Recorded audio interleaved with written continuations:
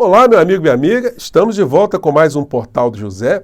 Hoje num dia especialmente agitado, com muitos acontecimentos importantes que eu irei repercutir aqui com vocês e que infelizmente ajudaram até a desviar um pouco o foco sobre os crimes cometidos por essas pessoas que estiveram à frente da nação, especialmente a figura do ex-presidente da República.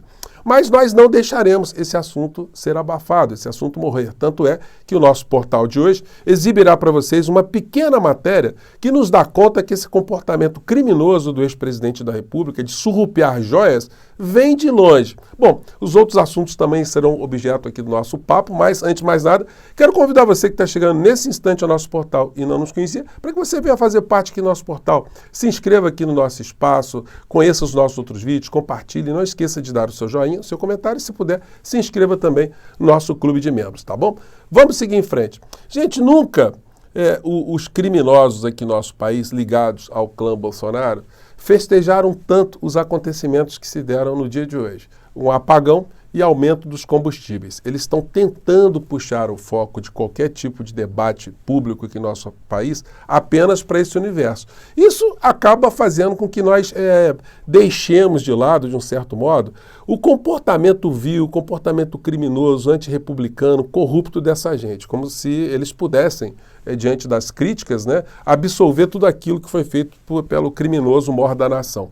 Uma matéria que foi exibida aqui no Jornal da Band, em 2018, antes das eleições, mostra que esse comportamento de subtrair joias, bens do Bolsonaro, vem de longe. Vamos conferir aqui porque isso explica, isso sublinha bastante o que nós ficamos sabendo recentemente com essas patifarias da quadrilha que estava no poder ao redor de Bolsonaro, traficando joias e dólares. Vamos lá. A revista Veja teve acesso ao processo judicial de divórcio de Jair Bolsonaro com a segunda mulher dele, Ana Cristina Vale. O documento de 2008 está na capa da revista desta semana e apresenta uma série de acusações contra o agora candidato à presidência.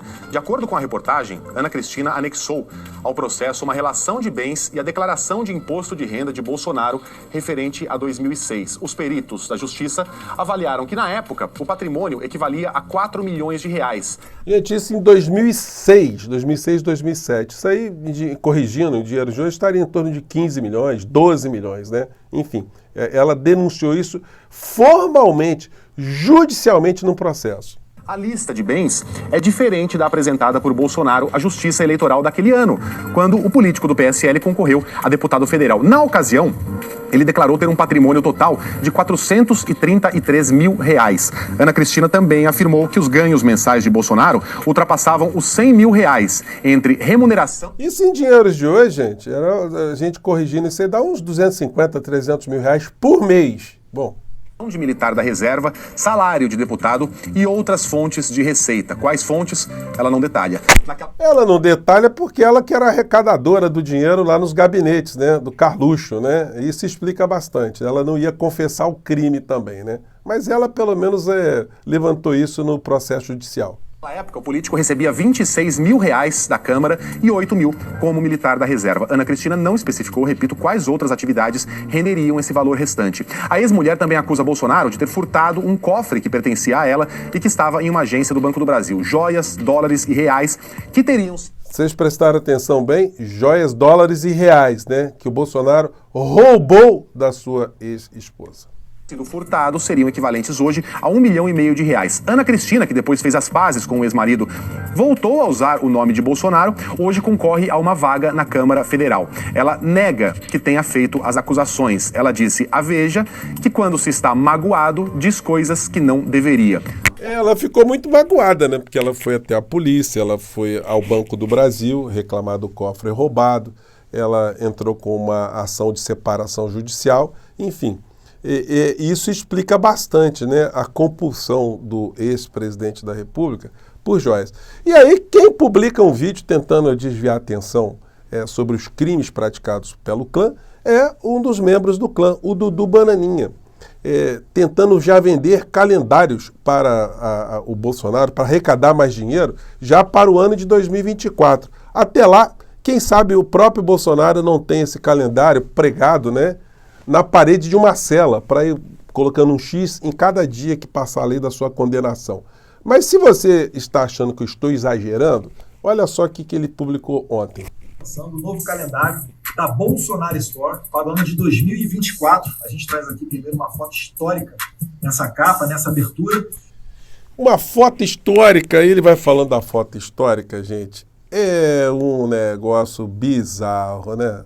A gente vai vendo aí, é claro que começou a pintar charge, né? Tem um vídeo aqui que eu vou compartilhar com vocês, que está muito engraçado, né? De um canal aqui, mostrando, ridicularizando esse personagem, né?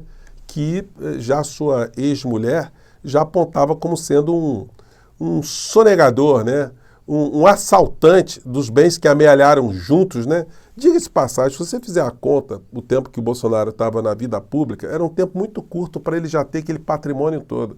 A ex-mulher de Bolsonaro saiu do casamento com 7 apartamentos. Uma mulher também que era pobre, entrou pobre no casamento. Aqui, você imagina você ter um calendário, você chegar a algum lugar se deparar com um calendário desse, com essa frase filosófica, né? A nossa liberdade vale mais do que a nossa própria vida.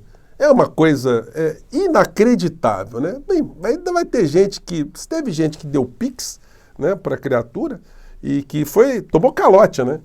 Porque o Pix não serviu para aquilo que estava se dizendo que serviria e acabou fazendo mais um patrimônio de sua excelência. Só que esse patrimônio não vai adiantar muito quando ele estiver preso, né? Gente, hoje nós tivemos o retorno, né, das atividades no parlamento. E uma situação que estava sendo assim aguardada, né, com muita expectativa pelo povo da direita, foi a ida do Pedro Stedley lá na Câmara. E aí o seguinte, o que acabou acontecendo lá é que ele deu uma aula gigantesca sobre o problema agrário aqui no nosso país, deixando a direita até com o queixo caído, né? Porque ele foi muito cordial, ele foi muito técnico, ele explicou muitas coisas, todas aquelas frases de efeito, né, que se costuma usar contra os movimentos, né, de reforma agrária, os movimentos pela posse da terra, os movimentos sociais, caíram por água abaixo, o endeusamento do agronegócio, enfim. Tudo isso foi colocado em xeque ali pelo João Pedro Stedley, né? Eu separei só esse trechinho aqui para compartilhar com vocês, que eu achei muito interessante, né? Eu ainda não tenho a impressão que os meios de comunicação, que, enfim, os formadores de opinião tiveram dessa audiência. Para mim foi muito positivo e, de um certo modo, desmoralizou essa CPI do MST. Vamos pegar esse trechinho aqui, vamos ver se dá para pegar. É o Bola, é o Ribeirinho, é o Poceiro. Então chega o capital e toma conta daquelas terras. Aí se produz uma violência. Ele está falando assim das contradições, né? Desse mito que se tem sobre o agronegócio como sendo uma coisa espetacular, e ele mostra que não é bem assim, né? Vamos lá. Onde sempre quem morre são os pobres. Basta... Vocês deviam ter chamado aqui os padres da CPT para explicar para vocês aonde estão morrendo gente. Assassinados por esse tipo de modelo do capital. Bem, o segundo modelo é do agronegócio. O agronegócio, ele é uma modernização do que foi a plantation no século colonial. São grandes propriedades, usam as técnicas mais avançadas de semente transgênica, mecanização e agrotóxico. E produzem o quê? Produzem muita riqueza, mas produzem commodities para exportação. Portanto, repete o modelo agroexportador colonial, que não necessariamente representa distribuição de riqueza para a nossa sociedade. Esses dias eu estava fazendo a conta aí, no Mato Grosso, que é o... Gente, achei muito interessante o Stedley. Ele é um conhecedor do assunto, ele é um militante, né? Então ele falou com muita propriedade. E foi muito calmo, muito sereno ali. Eu achei que o Salles et Caterva ficaram absolutamente desconcertados ali com o que eles escutaram ali. Eles não conseguiram criminalizar os movimentos pela luta da terra, né? Muito interessante, eu acho que a gente vai ter mais repercussões sobre a ida do Stedley lá na Câmara. Sem falar hoje na CPMI do dia 8 de janeiro, enfim, que não deu para tirar nenhuma cena aqui para vocês, porque foi um fotógrafo lá, né, da Reuters, que foi ser inquirido lá como se fosse um manifestante, um infiltrado, e eles também quebraram a cara, enfim. E eu achei até a falta, né, dos deputados levantarem mais essas questões das joias, porque isso aí tinha que ser do roubo de diamantes, de colares, o trambique, dólar subindo para um lado, descendo para o outro, dinheiro na conta de coronel, de sargento, enfim, de general.